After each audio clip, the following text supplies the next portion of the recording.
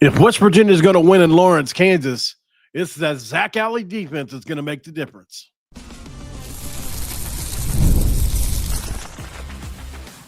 You are Locked On West Virginia, your daily podcast on the West Virginia Mountaineers, part of the Locked On Podcast Network, your team every day. What is up, guys? My name is Mountaineer Paul. I am your host. This is Locked On West Virginia, baby. We're talking about the Mountaineers again tonight on the football side of things, baby. And look, I'm late. I get it. Way late. It's Paul after dark for sure. I'd have had a rough day, guys. A really rough day.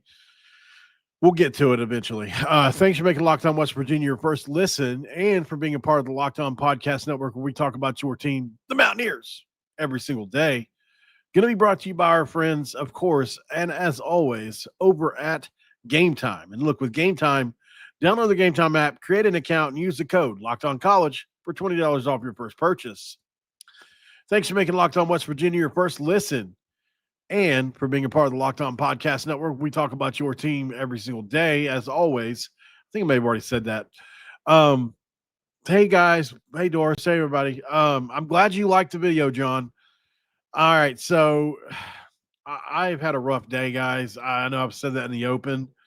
I'll explain it a little bit later in the video. I don't want to clog the open up by talking about my personal issues. So the West Virginia defense, really highly ranked in a lot of areas. We're going to talk about that, especially when it pertains to the defensive front. It's been just a few fries short of elite so far this year. That's just the truth. It's been really good. You're going to need it against Kansas. You're going to need it. So I've got some numbers we're going to read off. We're going to look at the offensive numbers too. Where does that stand? We're going to check out the depth chart that was just released about 45 minutes ago and have some comments on that too, because, always going to have opinions on that kind of stuff. And let's have some fun, man. I wish I could have went live sooner, but life happens. So obviously we know we're 2-1 through the first three games. This is a comprehensive offensive and defensive metrics-based statistical rank. And I've got it from my sources were NCAA, ESPN, Sports Reference, on3, teamrankings.com. So, it's current data as of September 16th, 2025, which would reflect games through week 3. The national rankings will be based off of 134 FBS teams. So, this is the full shebang about what our defense and offense is looking like. So, all right, so we've been really balanced on the offensive side of the ball. As of right now, 28 points per game, 86 points through 3 games. But we're right there about 73rd in the country on total offense, which isn't terrible, but it's not great. It's probably, mediocre, really, which is about right. I mean, outside of the Robert Morris game, we haven't been that great at all, right? Our offense has struggled for sure. We have been strong in the red zone, which has been helpful. Right now, we're averaging right around 436 yards per game. That's probably helped a lot by the Robert Morris game, but that puts us at 45th nationally. Rushing offense, we're 213 yards a game. We've got 718 yards through 3 games on 139 attempts with 4.6 yards per carry, 9 touchdowns. So that's 31 ranked. Not bad. Not bad at all. Passing offense, we're averaging right around 223 yards a game. So, 2 touchdowns, 3 picks, 71st ranked passing offense in the country. So it's efficient, but not a whole lot of volume. Passing efficiency, 134.80, which is 73rd. Yards per play, we're averaging about 5.9 yards per play. First downs, we've got 20. We're averaging 22.3 first downs per game, which is tied for 47th. Third down percentage is horrible, 15 out of 51, which is 29%. Fourth downs, we're 50%. Red zone, we're 100% in the red zone so far. 10 out of 10 trips to the red zone.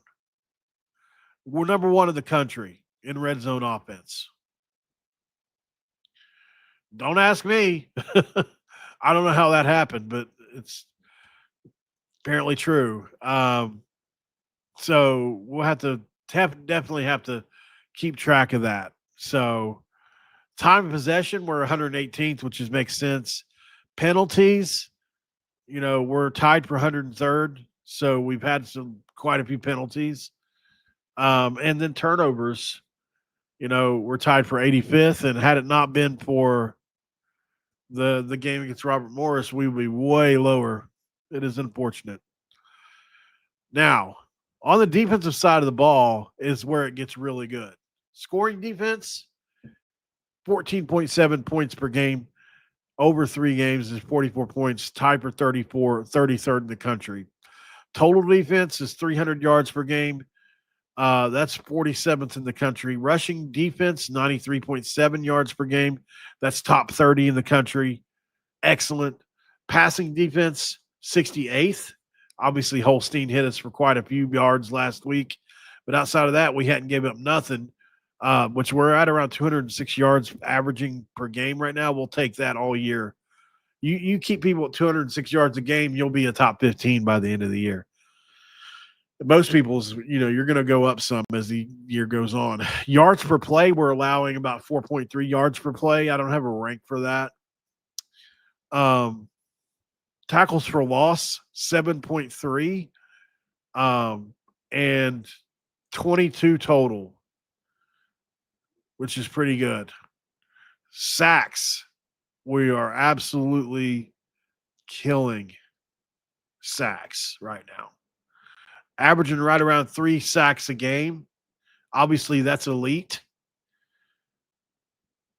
We're tied for second in the country that I could find. Some have us third. One had us first. I'm not exactly sure which one is which, guys. Maybe you could help me on that. But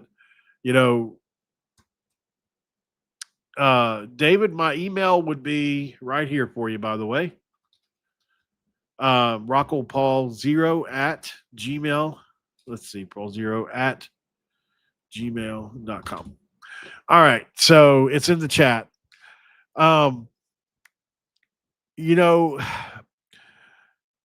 Obviously sacks is just a huge number in college football, especially on defense, obviously.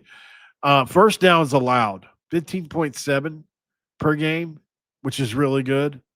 47 on the year, which is tied for 44th, which is really good. We'll take that. Third down conversion rate. We're only allowing 12 out of 46 third downs, which is 26%, guys. That's 19th in the country. Fourth down conversions, we've allowed 2 out of 5. That puts us 40th. In red zone defense, we're bad somehow. We've allowed 4 out of 5 trips in the red zone. Takeaways, not bad. 6 forced turnovers, which is tied for 14th in the country right now. This is way more than we had under Neil Brown, guys. Penalties drawn by the defense. We've allowed. I think we're getting like 9 yards a game or something like that in penalties for the defense. So there's a lot of numbers there, and definitely a lot of different things to consider. And I'll say this. So you saw that we were top 40 in almost every defensive metric, in a lot of them, right? Number one, you got to stay healthy. I do question whether or not we have enough depth at certain positions. I mean, I know we go too deep at some positions, but like you see linebacker, Chase Wilson goes out. We've got Ben Cutter, who's played really well. But outside of that, who do we got? Like that kind of stuff. You really want to go 3 deep at all positions if you can. We go 3 deep at a few, but not a lot. Like Bandit, obviously with Jamori Robinson coming in, set. We're set there. And this pass rush, which is already tied for first in the country or second or third, one of the three, is adding Jamori Robinson. Pretty insane. Pretty insane. I mean, and, this is a guy that had 10 and a half sacks last year, 40 quarterback pressures. I mean, just elite numbers, 17 tackles for loss. He gets in opponents' backfields. At least at UTSA he did. And then you turn on the tape against other Power 4 teams that he played against, and he looked good against them too. He's got an incredible first step, really smooth athlete, can really run. I am so excited to watch Jamori Robinson play for West Virginia. Hopefully he makes an impact in the game, but they'll probably be keying on him immediately. I mean, I would, but good luck blocking, especially if you get in this NASCAR package where you've got, any you could have Brayton Siders on one side, Jamori Robinson on the other, or you could have Curtis Jones Jr. on one side and Jamori Robinson on the other, which Curtis Jones Jr., guys, looks to have NFL upside. I am shocked at how good he looks on the pass rushing side of the ball right now. A lot of upside for Curtis Jones Jr., guys. Just a pleasant surprise off the edge for us. Obviously, you know what Fred Perry brings. Eddie Vester and him bringing it from the inside, absolutely abusing Pitt's offensive line into the quarterback the other day. It was amazing to watch. So happy to see it. And absolutely, sorry, I accidentally gave you the wrong email. Thank you, Tosh, for pointing that out.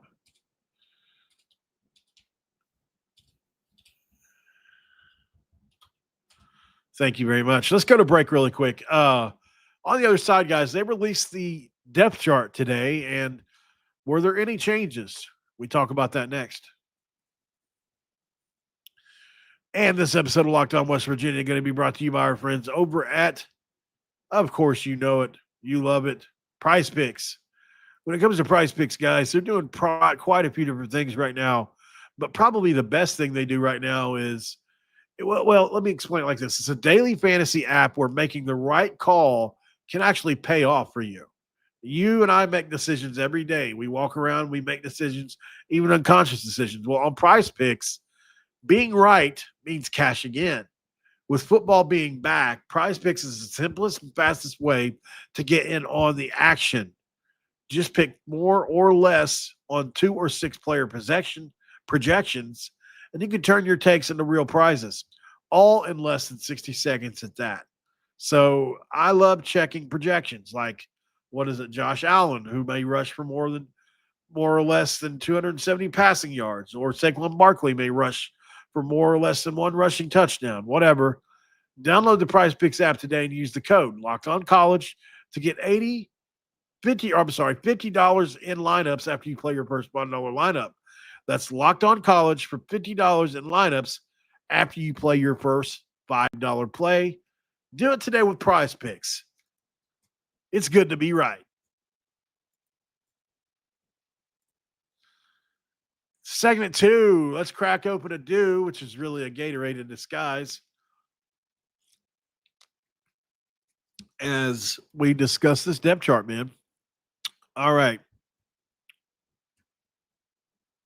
Make sure you like the video, guys. Thank you, Raven.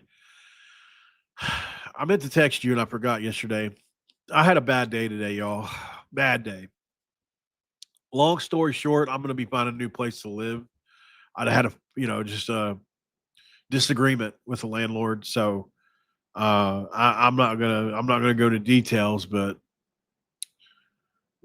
sometimes things just don't, they don't work out, whatever. I've got an extremely low rent situation here. So that's why I was keeping this place. I mean, it's not a nice place, to be honest. It's a 1-bedroom house for a bachelor. It's old. It's not, it's nothing special, but obviously if I told you my rent, some of your heads would pop off. I pay $375 a month for rent. So you can see why I haven't left, right? Because I just wanted somewhere to sleep. I obviously I'm going to have to at least double that probably if I go somewhere else. It is what it is. I mean, my happiness is at stake, so I have to, right? And it's to a point to where, and it's my fault, and I won't keep on this long, I promise. But it's my fault because I don't interact with the neighbors a lot. I just don't. They're not my kind of folks. They like to drink and party, that kind of thing. And hang out and drink and do the campfires and the barbecues and all that. And I just don't let myself be around those situations because of my past, and I don't think they understand that. They think I'm being a snob, maybe, so they mistreat me in a lot of different ways, which is whatever. And I don't have to go into it all, but that's basically the premise. Sometimes you got to do what's best for you and just remove yourself from the situation. All right, let's get into this depth chart, which is why I haven't been live today, was what I was definitely trying to get at here. I mean, obviously, I usually go live twice a day. Haven't been able to do that today, which sucks, but whatever. All right, so the official depth chart was released, which there's Israel Boyce being listed as the starter again. Like, can we stop with this? He's played 2 snaps on the year. Why they keep listing him as the starter? It just makes no sense. It's almost like it's a running joke that we don't have we on the outside don't get. But anyways, if you're looking on the offense, it says Nico Marchiol or Jalen Henderson or Max Brown or Scotty Fox or Khalil Wilkins. So not necessarily, I mean, the way I look at this, it's not necessarily, saying Nico is going to be the starter, but how could he not be after that overtime and last fourth quarter performance? Running back is Sincere Bowers, Clay Ash, or Ty Edwards. Beginning with Clay Ash, or Sincere Bowers, or Ty Edwards. So, and I don't think it really matters there. I think they're all three, especially Clay Ash and Ty are going to get carries. So that's going to be fine. Tight end, you got Grayson Barnes or Jacob Barrick. Hopefully Jacob Barrick is recovered from whatever lower body injury he had on Saturday. It looked kind of rough at the time. And I've heard some things about that, like he struggled with it this week, so we'll see. Really hoping he gets better and is able to play. But I totally understand, you got to do what's best for you on the lower body injuries for sure.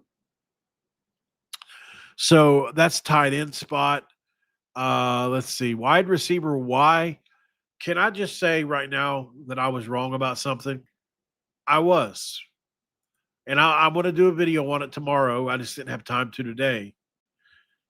I kind of want to wait and see how the season plays out. But so far through 3 games, there ain't a doubt in my mind that Rodney Gallagher's proven me wrong.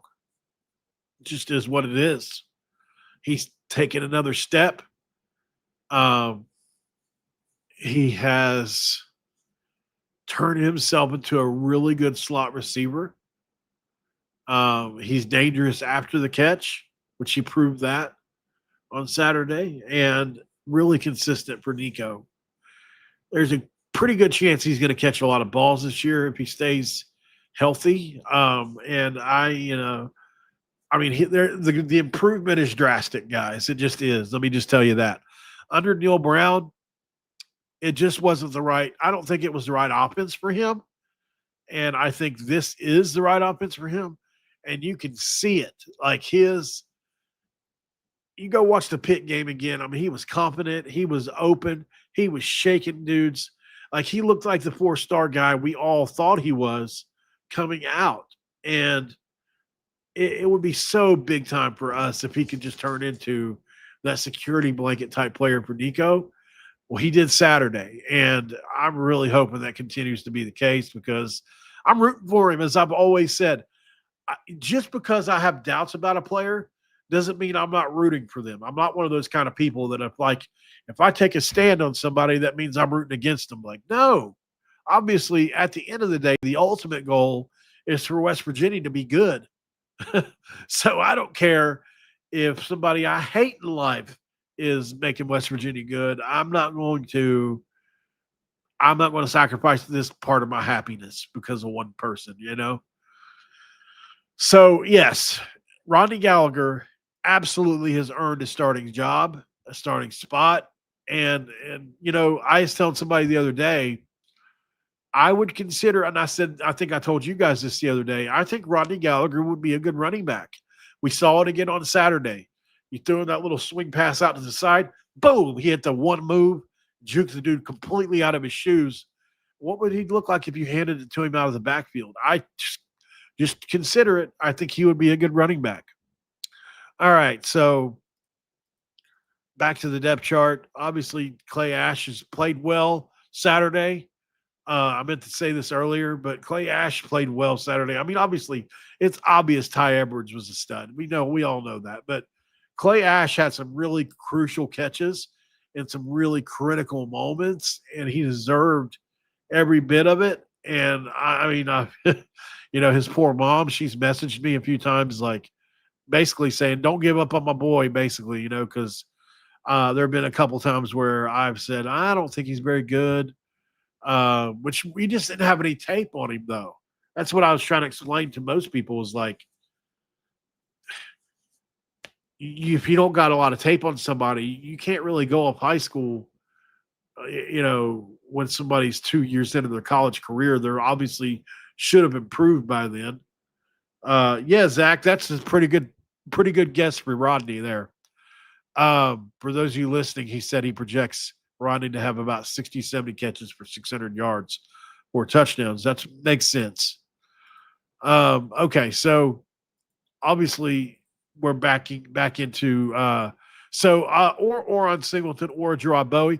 I'll be honest with you. If we had better quarterback play we don't have really great quarterback play still, even though Nico played great in the fourth quarter and overtime. It's not like we got Will Greer back there finding 5 or 6 different receivers. Like, I still think Oron Singleton would be really good if he had a quarterback that could stand back and just throw it. Maybe Nico is going to get there. And Gerard Bowie's another guy expected to make some impact. At the Z wide receiver, you've got Preston Fox or Cyrus Traw and Jordan McCants. Cyrus Traw is somebody I'm a big fan of, and I really hope that he gets in the game and plays, gets some catches, let's say that. At the X wide receiver, you've got Cam Vaughn, and then you've got a battle between Justin Smith-Brown, who just broke loose for a pass last week. It looked so fast. And I told you guys whenever we previewed his video, holy cow, he can run, right? When you watch that South Carolina State video where we watched that big lob and he's got to catch up to it, like, I knew he was fast then. If he didn't cramp up on that play versus Pitt, he would have scored for sure. Okay, so the offensive line stays the same. Nick Cray, Walter Youngbear, Landon Livingston, Kima Makaniole, Tykes Crawford. It is what it is, y'all. I mean, we can complain about it, but we got to let this group get better together is all I know. But Tykes Crawford got beaten one-on-one situations pretty bad on Saturday, and hopefully that doesn't continue to happen. So we'll see. Defensive end, you've got Eddie Kelly Jr., Devin Grant. Defensive tackle, you got Eddie Vesterinen and Asani Redwood. Nose guard, you've got Hammond Russell and Nate Gabriel. Bandit, you got Braden Siders and Curtis Jones Jr. At Mike linebacker, you got Reed Carrico, Ben Bogle, or Ashton Woods. Obviously, Ashton Woods will be out of the first half of the game. So it'll just be Reed Carrico and Ben Bogle in the first half of that game. Will linebacker, you got Chase Wilson, and then followed by Ben Cutter, which is a good combination there. Michael Coach Jr. has allowed 2 catches for 3 yards on the entire year. You know how elite that is? You know how hard that is to do? Like, it's pretty insane, actually, when you look at it. He's been that good of a pickup, which we thought he would be really good, but we really didn't know. I mean, his college, just like a lot of the guys, his highlights are good, but is it like so? It's hard to project some of these guys, Okay, let's go back down the list some more. Left corner, you've got Michael Coach Jr., Jordan Scruggs. Right corner, you've got Jason Chambers, who's played well at times this year, Devontae Gold Nelson. Nickel, you got Fred Perry, Chris Filippo. Free safety Israel Boyce, which is cracks me up because Cortarno and Derek Carter played the bulk of the plays there. Bandit, Darren Lewis has played an amazing part in this defense. Let you know how talented he is that he starts over Justin Harrington. But yeah, or Justin Harrington or or Jordan Walker. So those are two big names as well to keep an eye on, especially Justin Harrington, who's been just really good at times this year. I mean, the first kickoff of the year he was good in. And then you got your specialist. Oliver Straw could be the best punter in the country. Definitely one of the best in the Big 12. Kicker, Caden Hensley, and then followed by Ethan Head. Kick off, Ethan Head. Long snappers, McGuire Moss. Kick returners, Preston Fox and Gerard Bowie. And punt returners, Preston Fox and Gerard Bowie. As we all know, Rodney Gallagher probably gets that nod if something happens to one of them. And the questions that people may have is, and I understand why, is Chase Wilson back now that he's labeled on the depth chart? I have no clue, guys. I don't know. I don't know if that means he's back or not. So we'll keep an eye on it. Same thing with Preston Fox. Same thing with Jacob Barrick, for that matter. I have no clue whether or not they're injured or practicing or able to play, but we'll find out Saturday or hopefully before then. Trey Lathan has been dominant for Kansas this year. Let's go to break. We'll come back and put a bow on this one. And this episode of Locked On West Virginia going to be brought to you by our friends over at Game Time. When it comes to game time, college football is back, and I could not be more excited. The tailgates, the rivalries, the energy in the stands, it's all awesome, and there's just nothing like it. But let's be clear, actually getting tickets can feel more like a battle than the game itself. Endless queues, hidden fees, prices jumping up after checkout, at checkout. That's why I chose Game Time, y'all. It's the app that keeps the budget in your favor and the advantage back to your fans. It's the easiest way to score last-minute tickets at the best prices with no surprise fees at checkout. So make sure you can do that, and what you see is what you get with us. I pulled up Game Time on my phone, and just a couple of taps of my finger, I saw amazing deals. I'm talking about your favorite West Virginia football games for as low as $25. You can't beat that, and I wouldn't even try. Just make sure you head over to Game Time today. And then you ask yourself the question of all questions. What time is it? It's game time. All right, guys. I appreciate y'all for being in here. All right. So we talked depth chart. We talked some offensive, defensive numbers.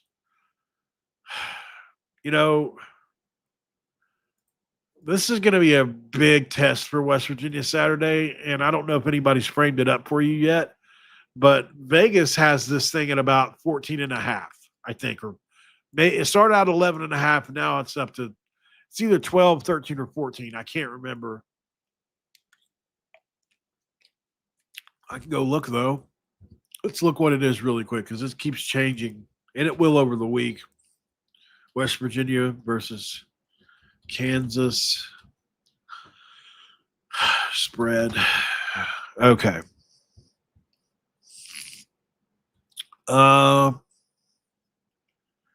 12.5 is where it's at on that one. So I don't know, man. It's a large number, especially in just between two Power 4 regular teams that are, you would think, similarly talented. They know something we don't know, or they're really high on Kansas or something. I don't know. But here's my best guess as to what is going on in the situation. West Virginia is coming off an emotional game versus Pitt. You can't underestimate how draining that can be to players. Sometimes it motivates them to keep going as well, but other times it can be the opposite. And you just need a few days rest, or sometimes you over rest. Sometimes you're still thinking about the game before and how you could have done better. Some guys are thinking about the game before and whether or not they can continue to handle it, right? There's a bunch of different things as far as the fame and all the different the social media aspects of a big win like Pitt. But I also, another big deal is Kansas is coming off the bye week. Exactly. So it's the coupling of West Virginia had an emotional game against their biggest rival that went to overtime.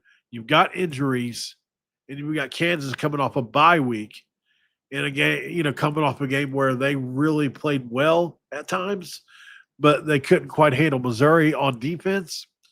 And so, I don't know what we're going to get in Kansas. I think we're going to get a really good football team. Should be better than us. There's a reason the spread is what it is. This is one of those games where you're on the road in the Big 12. You have to go a long way.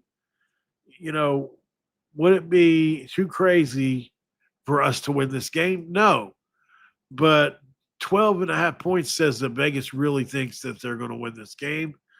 And hopefully the money starts to come down on West Virginia, because if not, that means everybody's picking Kansas for some reason that I can't figure out. Outside of the only obvious thing I can mention is there's three things really. There's the injuries we have. I don't know whether Chase and like guys like Chase Wilson, Jacob Barrick are going to be back, and I have no clue. Coupled with the fact that Kansas is coming off a bye week and a loss, so they're really motivated not to let that happen again. And to beat it all, it's conference play, and we're the first conference game in their new stadium ever. So, I've heard the first few reports are it may be one of the best environments in the Big 12 now. That said, I think West Virginia can win this game, but I'll tell you more about my predictions later in the week when we do a preview show. But yeah, this is going to be an interesting game. I still like West Virginia in some ways. We just have to continue to monitor it, like I said. Thanks for making Locked On West Virginia your first listen, guys. Make sure you click the Discord link in the chat if you want to join our Discord. It's free.